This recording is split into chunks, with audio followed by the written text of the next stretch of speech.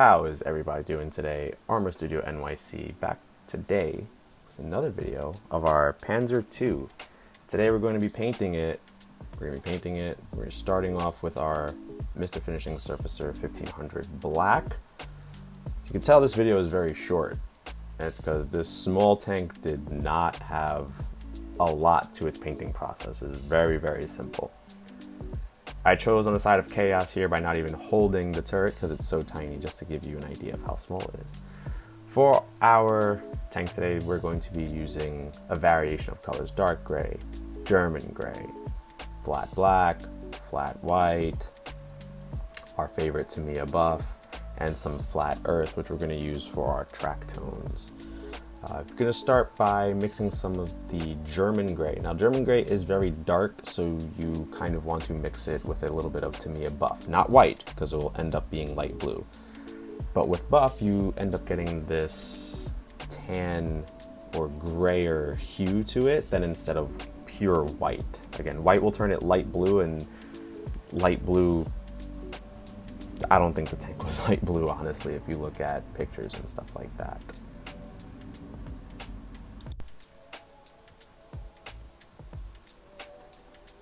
And when painting this, you just want to kind of like just shade the model because it looks pretty good. Going to use some Mr. Clear gloss varnish so that we can add our decals. Now, the decals, again, weren't many.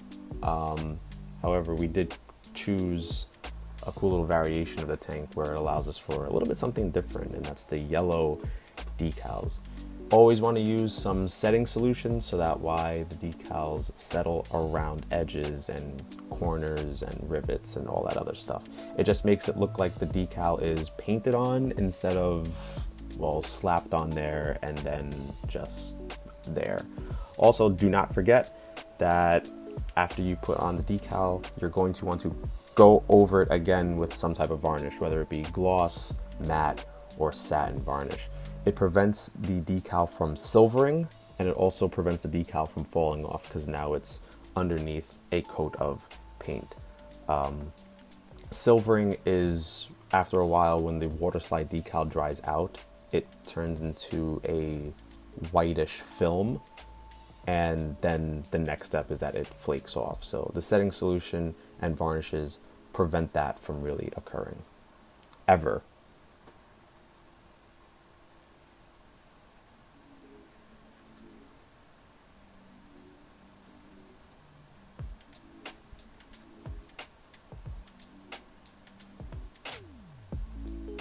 And as we just move over to the other side here, you want to be very careful with water slide decals.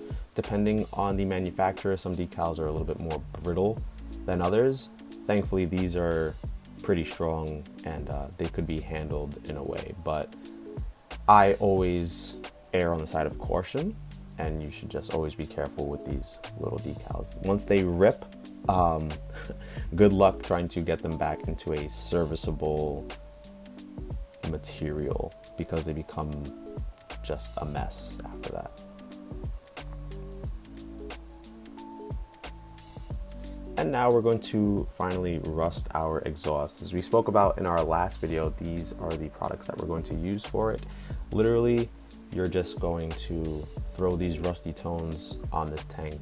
It kind of looks like some type of hot sauce, but it's not. It's pigmented paint.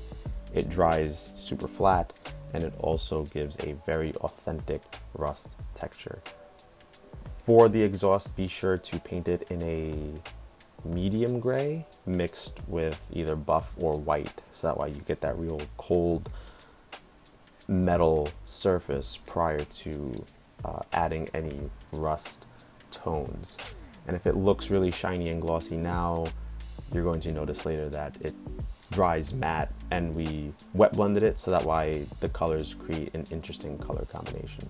So underneath the heat shield, you could tell like it dried pretty good, and it looks pretty good. We could have just left it like that, but I want that extra detail of the heat shield here. So we're going to do the same exact process to the heat shield. Even though it covers up the actual exhaust pipe, it does add some depth, it does add some variation, and it gives the model something very interesting to look at as well. And this is pretty much our model that we have painted and completed. Now we could leave it like this, but there's always so much more to do. So we're going to go ahead and we're going to contrast this tank and our Tamiya grime, which is our made up mixture of NATO brown and black. And here we're just going to really get into all of these tight panel lines, bolts, rivets. I went over this in a few videos already, or a couple videos I should say, and the method remains exactly the same. And that's what's really good about armor modeling, is that you become kind of formulaic with basic steps,